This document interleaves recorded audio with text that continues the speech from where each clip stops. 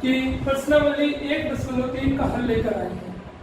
प्रश्नावली 1.3 के कॉन्सेप्ट के बारे में पिछली वीडियो में हमने देखा था कि इसका दशमलव प्रसार शांत कब होता है, अशांत कब होता है, अनवसानी आवर्ती कब होता है, अनवसानी अनावर्ती कब होता है। तो इसका क्वेश्चन फर्स्ट है, हमें ये परिमेय संख्याएं गिवन है, इन परिमेय संख्याओं को भाग करके हमें पता करना है कि इनका दशमलव प्रसार शांत है या अनवसानी आवर्ती है। तो पिछली वीडियो में जैसे हमने सीखा था कि शांत कब होता है, जब वो पूरा पूरा भाग हो जाए, और अनवसानी आवर्ती कब होता है, जब वो रिपीट हो यानी पूरा भाग ना हो, जब शेष पर 0 ना बचे। तो ये क्वेश्चन गिवन है 36/100। जब देखो किसी भी 10 से 100 से 1000 से कोई ऐसी संख्या से भाग दिया जाता है, तब उसको भाग करने का मतलब क्या होता है कि एक के आगे जितनी 0 है उतने एक छोड़ के दशमलव लगा दो। जैसे 100 है तो 2 0 है तो 2 अंक छोड़ो, 1 और 2 यहाँ दशमलव आ जाएगा, तो 6 और 3 2 अंक छोड़े, दशमलव आगे, दशमलव से पहले हम 0 लगा देते हैं। अब ये कंप्लीट हो गया, यहाँ पे कोई और आगे संख्या है नहीं, इसके लिए इसका दशमलव प्रसार क्या होगा, शांत। दूसरा पार्ट है 1/11। हम 1 को 11 से भाग देते हैं, 1 भाग नहीं होगा, 0 चढ़ गया, 1 के आगे कोई संख्या नहीं, दशमलव लगा दिया, ऊपर भी दशमलव लगा दिया, फिर 0 उतारा तो ये 10 बच गया, 10 11 से भाग नहीं हो रहा, फिर 0 ऊपर आ गया, एक और 0 उतारी, 100 बन गया, 100 भाग हो जाएगा 11 में 99, 100 में से 99 गया, 1 रह गया, फिर 0 उतारी, 10 रह गया, 10 11 से भाग नहीं होता, 0 चढ़ गया, फिर हमने एक और 0 उतारी, फिर 11 में 99। तो देखो 0.009 बार बार ये संख्या आ रही है, तो ये रिपीटेशन में आ गई थी, क्या कहलाएगी, अनवसानी आवर्ती, और इसको हम लिख देंगे 0.09 का भाग। अगली संख्या है 4 से 1/8। इसको जो है मिश्रित भिन्न है या मिक्स्ड फ्रैक्शन है, इसको हम कैसे तोड़ते हैं, 8 चौके 32 और उसमें एक जोड़ देते हैं 33, 33/8 बनेगा। 33 को 8 से भाग दिया, 8 का पढ़ा 33/8 चौके 32, 33 में से गया 1, दशमलव आ गया, ऊपर भी दशमलव, 0 उतारा, 8 1 8 2 बच गया, 0 उतारा, 8 2 16 4, फिर 0 उतारा, 8 5 40, ये पूरा भाग हो गया, दशमलव प्रसार क्या कहलाएगा, इसका शांत। सेम तरीके से 3 को 13 से भाग देंगे, जब भाग देंगे तो अपने पास संख्या बनेगी 2 3 0 7 6 9, फिर 2 आ गया, यानी आगे फिर ये रिपीट होने शुरू हो जाएगी, 2 3 0 7 6 9 2। तो जब 3 को हम 13 से भाग देंगे तो ये संख्या बनेगी 0.2 3 0 7 6 9, इस पूरे के ऊपर बार बार रिपीट होगा। रिपीट होता है क्या कहलाता है, अनवसानी आवर्ती। 2 को 11 से भाग दिया, तो 2 को 11 से भाग दिया तो भाग देते ये 0 आ गया, फिर 1 8, फिर 1 आ गया, फिर 8 आएगा, फिर 1 आ गया, फिर 8 आएगा, तो 2/11 का जो आंसर बनेगा वो बनेगा 0.18 के ऊपर बार। ये भी रिपीट कर रहा है, ये कहलाएगा अनवसानी आवर्ती। 329 को 400 से भाग देंगे, 400 से भाग होगा नहीं, 0 चढ़ जाएगा, दशमलव लगेगा दोनों जगह, 0 उतारते जाएंगे, भाग करते जाएंगे, तो ये लास्ट में शेष पद क्या बच जाएगा, 0। जब शेष पद 0 बच जाता है तो वो संख्या क्या कहलाती है, उसका दशमलव प्रसार शांत कहलाता है। प्रश्नावली का दूसरा सवाल है हमारे पास कि 1/7 बराबर 0.14287 के ऊपर बार है, तो हमें बिना लंबा भाग दिए, यानी भाग दिए बिना 2/7 3/7 4/7 5/7 6/7 की वैल्यू ज्ञात करनी है। ये मैंने 1/7 को भाग दे दिया, एक तो इस तरीके से कर सकते हैं, एक और तरीका भी मैं आपको बता दूंगा कि 2/7 की वैल्यू क्या होगी। यहाँ से अपने क्या चाहिए, 2, यानी 2 को 7 से भाग देना है, तो आप यहाँ देखो 2 शेष कहाँ बचा था, 2 शेष यहाँ बचा था ना, यानी आपको यहाँ से भाग देना है। अब यहाँ पे जो भाग दिया था तो कितने में 7 का भाड़ा कहाँ तक पड़ा था, 7 दूनी 14, यानी 2 पे दिया था, तो आपका इसका भागफल यहाँ से शुरू होगा 0.2 8 5 7, उसके बाद ये रिपीट होएगा ना तो 1/4, ये रिपीट होता रहेगा, ठीक है। 3/7 है, 3 कहाँ आया था, 3 यहाँ आया था, 3 के लिए किसको भाग दिया था, 7 4 28, 4 की टेबल पड़ी थी ना 3 को भाग देने के लिए, तो 4 से स्टार्ट होगा, 0.428571,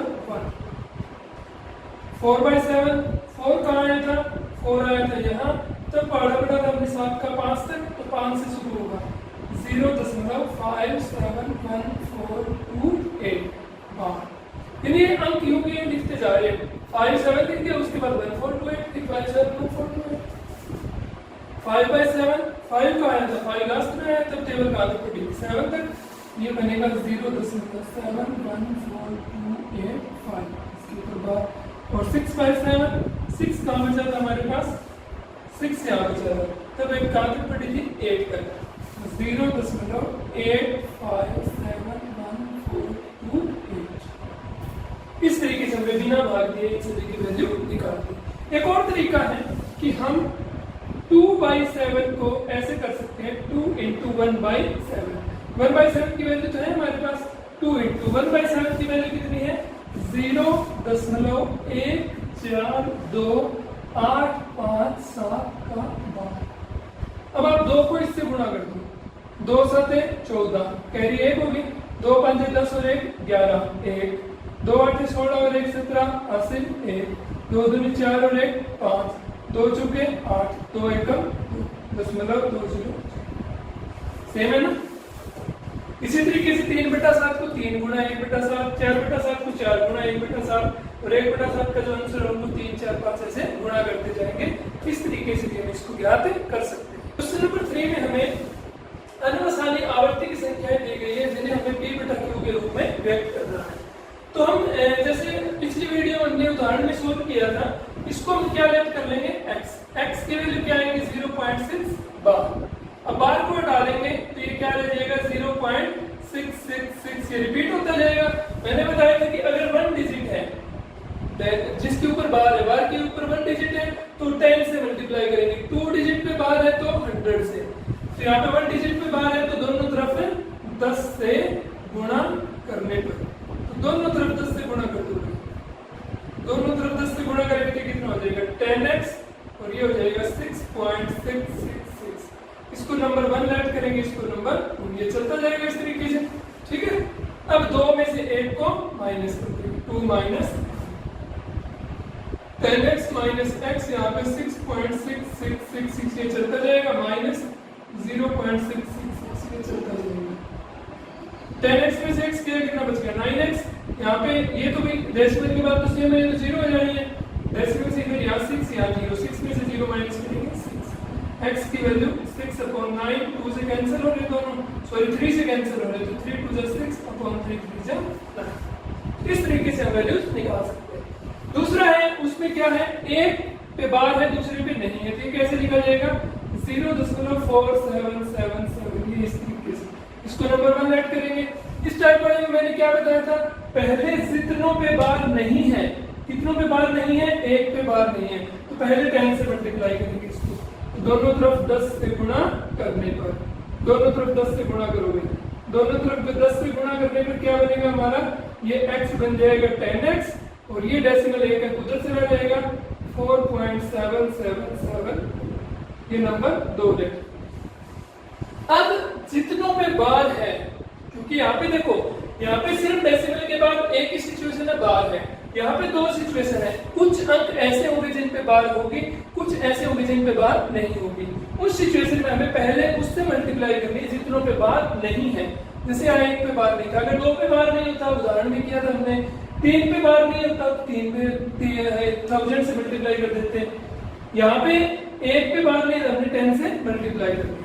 अब 1 पर बार है तो 10 से और मल्टीप्लाई कर दो, 10 से गुणा करने पर, 10 से गुणा करेंगे तो क्या बनेगा, 10x का तो बन गया 100x, यहाँ पे 0.1 है, और उधर चला जाएगा तो 47 हो जाएगा, 0.777, ये इक्वेशन नंबर 3 है।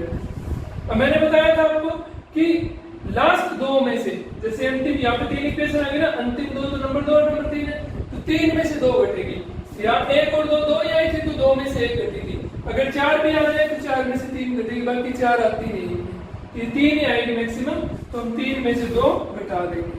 नंबर 3 में से नंबर 2 घटाया, नंबर 3 क्या है 100x, नंबर 2 क्या है 10x, यहाँ पे 47.77 ये चलता जा रहा है माइनस, और ये 4 नंबर 2 में 4.77 ये भी चलता जा रहा है। 100x में से 10x गया, कितना बच गया 90x। यहाँ पे दशमलव की बात तो सेम है, वो तो 0 बन जाएगा, इधर 47 में से 4 गया 43, x का मान कितना आ जाएगा 43/90, ये हमारे पास x की वैल्यू आ जाएगी। इसी तरीके से अगर मैं इसको सोल्व करने जाऊं तो ये क्या है, x = 0.001 001, 3 डिजिट रिपीट हो रही है। तो मैंने आपको बताया था यहाँ पे एक ही सिचुएशन है सकती है तो हम किससे गुणा करेंगे? जितने डिजिट रिपीट हो रही है, 3 रिपीट हो रही है तो हम किससे गुणा करेंगे भाई? 1000 से। 1 के आगे 3 0, 3 डिजिट रिपीट हो रही है तो दोनों तरफ 1000 से गुणा करने पर। करो भाई, x को जब हम 1000 से गुणा करेंगे तो कितना बनेगा? 1000x। यहाँ पे 1000 से गुणा करेंगे तो दशमलव 3x रखेगा क्योंकि 3 जीरो है। 1 2 3 दशमलव यहाँ पहुंच जाएगा 1.001001 ये इस तरीके से चलता जाएगा। ये नंबर 2, ये नंबर 1। अब यहाँ पे तो एक ही सिचुएशन थी ना, बार बार वाली, दूसरे तो नहीं थे, तो हम सीधा 2 में से 1 को माइनस कर देते हैं। 2 में से 1 को बताएंगे क्या बचेगा? 1000x माइनस 100x, सॉरी सिर्फ x इक्वल टू यहाँ पे 1.001001 माइनस ऊपर 0.001000। 1000x में से 1x गया, कितना बच गया? 999x। ये इधर वाले सेम है तो 0 बन जाएंगे, ये 1 में से 0 माइनस होएगा 1 बच जाएगा। x की वैल्यू क्या आएगी? 1/999। तो इस तरीके से हमें कोई भी संख्या दे दो चाहे, हम उसको p बटा q के रूप में व्यक्त कर सकते हैं। क्वेश्चन नंबर 4 है कि हमें 0.9999 इसका मान निकालना है और ये करें कि आप इस उत्तर से आश्चर्यचकित हैं? यदि है तो आप अपनी कक्षा अध्यापक और विद्यार्थियों के साथ चर्चा कीजिए। तो पहले तो हम इसका उत्तर निकालते हैं, फिर देखते हैं कि हम आश्चर्यचकित होते हैं या नहीं। तो जैसे ये संख्या क्या है? 0.9 बार होगी, इसको हम x के बराबर मान लें। अब बार को खोल दें तो क्या होगा? 0.999। एक डिजिट पे बार है तो दोनों तरफ किससे गुणा करेंगे? 10 से गुणा करेंगे। 10 से गुणा करने पर 10 से गुणा करेंगे, इसको इक्वेशन 1 मानेंगे ना, ये 10x हो गया और ये एक अंक उधर जाके 9.999, ये नंबर 2। 2 में से हम 1 को माइनस कर देंगे। 2 में से 1 को माइनस करेंगे तो कितना हो जाएगा? 10x माइनस x बराबर 9.999 माइनस 0.999। ये 9x बचेगा और ये तो बराबर है, ये तो 0 हो जाएगा। 9 में से 0 कट के x की वैल्यू कितनी आ गई? 9 से 1। अब हम आश्चर्यचकित क्यों है भाई? क्योंकि ये देखो, ये तो 0.99999, लेकिन हमारा आंसर क्या है? 1 आ गया। क्या पॉसिबल है? और है तो क्यों? देखो, इसके लिए हम नंबर लाइन की बात करते हैं। अगर नंबर लाइन पे ये 0 और ये 1 है, क्या आप मुझे बता सकते हो 0.999 कहां से होगा? अगर मैं इसके 10 पार्ट्स करूं तो 0.9 तो यहाँ होगा, फिर उसके 10 पार्ट्स करूंगा तो 0.99 यहाँ होगा, फिर उसके पार्ट करूंगा तो फिर ये, यानी जैसे जैसे ये 9 आगे बढ़ता जाएगा ये जो नंबर है बिल्कुल 1 के नजदीक लगता जाएगा और अप्रोक्सीमेटली 1 को टच ही कर लेगा। 1 और उस नंबर में कोई ज्यादा डिफरेंस नहीं रहेगा, इसलिए ये कैलकुलेट करने पे हमारा क्या आंसर आया है? 1 आया है। क्वेश्चन नंबर 5 हमारे पास कि 1/17 को भाग देने पर हमें दशमलव प्रसार में कितने अंकों की पुनरावृत्ति हो सकती है और इसको विभाजन प्रक्रिया के द्वारा जांच कीजिए। तो मैंने 1 को 17 से भाग दिया और तब तक भाग दे दिया जब तक ये रिपीट नहीं होना स्टार्ट हो गया। रिपीट होने का मतलब ये नहीं है कि यहाँ पे रिपीट होना शुरू हो गया। हम यहाँ पे दशमलव देख लो, जो अपना शेष बचता है ना, शेष देखेंगे कि कहाँ पे शेष जो पीछे आ गया वो आ रहा है। जैसे मैं आपको शेष चेक करवा दूं, यहाँ पे शेष 1 था, फिर 0 आ गया तो 10 हो गया, फिर शेष 15 आया, फिर 14, फिर 4, 6, 9, फिर 5, फिर 16, फिर 7 को मैंने ऊपर लिख दिया, फिर 2, फिर 3, फिर 13, फिर 11, फिर 8, फिर 12, फिर यहाँ आके शेष 1 बचा है जो स्टार्ट वाला। तो यानी दशमलव के बाद 16 डिजिट हैं जिनके बाद ये पुनरावृत्ति स्टार्ट होगी। यानी 1/7 का जो आंसर होगा वो 0.05285294117 इसकी पुनरावृत्ति होगी। ये बार बार इसके अंदर आएगा। इस सवाल नंबर 6 में हमें दिया गया है कि हमें कुछ ऐसे p बटा q के रूप में संख्याएं लेनी है जिनमें p व q पूर्णांक हो तथा p व q में उपनिष्ठ गुणनखंड 1 के अलावा कुछ भी ना हो, यानी वो सहअभाज्य संख्या हो या कोप्राइम नंबर्स हो। तब हमें ज्ञात करना है कि जो इनका दशमलव प्रसार है ना वो शांत होना चाहिए, ऐसी कंडीशन दी हुई है। फिर हमें ज्ञात करना है कि क्यू में क्या कुछ स्पेशल कंडीशन है, सभी के अंदर क्यू के लिए क्या कुछ खास बात है तो वो हमें चेक करनी है। मैंने यहाँ पे 4 उदाहरण दिए हैं। 27/8 दोनों में कॉमन कुछ भी नहीं है 1 के अलावा। 27 को अगर मैं 8 से भाग दूंगा तो 3.375 मुझे आंसर मिलेगा। पूरा पूरा भाग होता है 7 है। 441 को मैं 20 से भाग दे रहा हूँ, दोनों में 1 के अलावा कुछ भी कॉमन नहीं है। मैंने इसको भाग दिया कि 20.05 उत्तर आएगा, 7 दशमलव है इसका। 849 को 16 से भाग दूंगा, दोनों में कॉमन कुछ भी नहीं है, भाग दूंगा 53.0625 मुझे आंसर मिलेगा।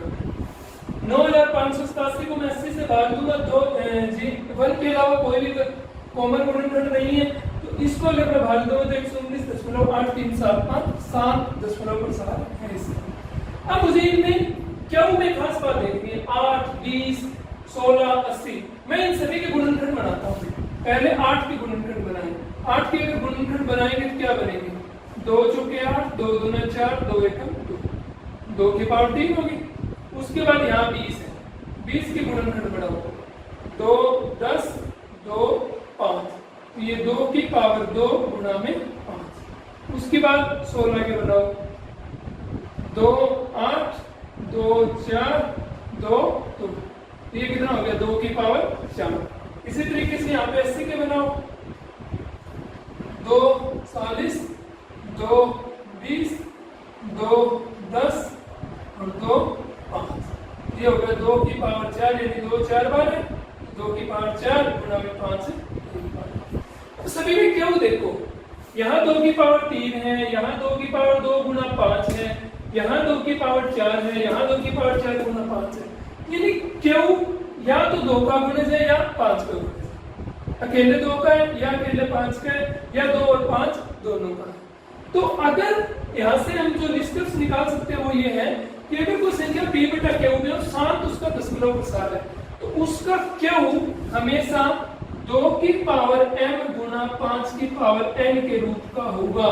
m और n की कोई भी वैल्यू यहाँ हो सकती है, m की जगह 1 हो सकता है, 2 हो सकता है, 3 हो सकते हैं। जैसे अगर इस सवाल की बात करूं, यहाँ पे m की वैल्यू 3 होगी और n की वैल्यू 0, क्योंकि यहाँ पे 5 है ही नहीं। ये इसकी अगर बात करूं तो m 4 होएगा, n 0। इसकी बात करूं तो m 2 होएगा और n की वैल्यू 5 1। यहाँ पे m 4 और n 1, तो ये हमारे पास कंडीशन आएगी क्यों हमारा 2 की पावर n इंटू 5 की पावर n के रूप का। हमारे पास 7th क्वेश्चन है कि 3 ऐसी संख्याएं लिखो जिनके दशमलव प्रसार अनवसानी आवर्ती हो। अनवसानी अनावर्ती हो यानी अप्रिमेय संख्याओं के उदाहरण लिख रहे हैं, तो वो लिख दो कोई भी। मैंने आपको इतने सारे उदाहरण बता रखे हैं, 1 1 0 1 1 0 0 1 1 2 0 1 1 3 0 1 1 4 times 0, ये रिपीट होता जाएगा। और कुछ भी लिख दो, 1.101001, जो तुम्हें अच्छा लगे, 5.992229922299, जो मर्जी। ये मैंने 3 लिखे, तुम इसे 50 भी लिख सकते हो, 100 भी लिख सकते हो, तुम्हारी इच्छा है, जितने तुमसे लिखवानी चाहे। क्वेश्चन नंबर 8 में कहता है कि 5/7 और 9/11 के बीच में 3 अलग अलग अप्रिमेय संख्याएं हमें लिखनी है। पहले 5/7 को हम हल करके लिख लेते हैं, दशमलव के 2 अंक होता है, तो ये भाग 0, फिर दशमलव लगेगा 0, अब ये बन गया हमारे पास 5, नीचे 0 उतरा, 7 7 जा 49, 1 ये 0, फिर ये 0 उतरा, 7 1 जा 7, 2 अंकों तक लिख लेते हैं। इसी तरीके से 9 को 11 से भाग देंगे, 0 9 दशमलव दशमलव 0 0 11 8 88, 2 0 0 11 1 11। हमारे पास जो 2 संख्याएं आई वो 0.71 व 0.82, इनके बीच में हमें कोई लिखनी है। मैंने आपको तरीका बताया था इसको, चाहे मुझसे आप कितनी भी लिखवा लो। मैंने आपको बताया था कि इसका पहला, जैसे दशमलव से पहले दोनों में 0 है तो 0 दशमलव लगाना, इसका पहला अंक 7 है, इसका पहला अंक 8 है, तुम या तो 7 से शुरू कर लो या 8 से शुरू कर लो। 7 से शुरू कर लेते हैं, मान लो 7 पहला सेम कर लेंगे, और दूसरा 1 है यहाँ पे, तो हम 1 से बड़ा रख लेंगे। 1 से बड़ा चाहे तुम कुछ भी रख लो, 2 3 4 5 जो तुम्हें अच्छा लगे। मान लो मैंने 7.2 रख लिया। अब आगे कोई भी पैटर्न बना दो जो तुम्हें मन करे। मान लो 0 बना, 0 लिख दिया, 2 0 0 2 0 0। अब 0.7 तो रख ही लेते हैं, अब कुछ और ले लो, 7 ले लो, इसके आगे कुछ और पैटर्न बना दो, 2 3 2 2 3 3 2 2 2 3 3, जो मन करे वो पैटर्न तुम बना सकते हो। तीसरा लिख लेते हैं 0.7 तो है, आगे छोड़ ले लो, मान लो 4 ले लिया, आगे फिर बना दो पैटर्न 1 2 1 1 2 1 1 1 2, इस टाइप से चलता जाएगा। तो ये हम कर सकते हैं इन दो संख्याओं के बीच में, तीन हमने अलग अलग एप्रीमेय संख्याएं देखी। प्रश्नावली का अंतिम सवाल है हमारे पास कि दिए हुए संख्याओं में हमें बताने की कौन सी संख्या परिमेय है तथा कौन सी संख्या अप्रिमेय है। तो यहाँ पे आपको परिमेय और अप्रिमेय की परिभाषा आनी चाहिए। जैसे वर्गमूल की संख्या है, वर्गमूल में परिमेय और अप्रिमेय कौन सी होती है? अगर कोई संख्या पूर्ण वर्ग है तो वो परिमेय होगी, और वर्गमूल में अगर कोई संख्या पूर्ण वर्ग नहीं है तो वो अप्रिमेय है। अब 23 किसी का भी वर्ग नहीं होता, 23 किसी की संख्या का वर्ग करने का नहीं बनता, और इसका वर्गमूल है, तो ये सीधी सी बात है, ये कौन सी संख्या होगी? अपरिमेय संख्या होगी। अब ये वर्गमूल में 225 किसका वर्ग होता है भाई? 15 का वर्ग होता है। 15 का अगर वर्ग करूं तो मैं 25 में 225 बन जाता है, यानी 225 का वर्गमूल करने में क्या बनेगा? 15। अब इस पे वर्गमूल तो बचा नहीं, तो ये कौन सी संख्या रह जाएगी? परिमेय। दशमलव प्रसार हमने अभी लिए थे, अगर शांत है और अनवसानी आवर्ती है तो परिमेय होता है, और अशांत और अनवसानी अनावर्ती है तो वो क्या होगा? अपरिमेय। ये तो शांत हो गया, इसके आगे कुछ है नहीं, तो ये कौन सी संख्या बन जाएगी? परिमेय संख्या। यहाँ पे अगर मैं चेक करूं तो 4 7 8 4 7 8 रिपीट हो रहा है, अनवसानी आवर्ती होगी, तो ये भी हमारी कौन सी बन जाएगी? परिमेय संख्या। अब यहाँ पे देखें तो ये बार बार रिपीट हो रही है, ये अनवसानी अनावर्ती है, तो ये हमारे पास बन जाएगी अपरिमेय संख्या। इस तरीके से हम इनको क्या, तो ये हमारे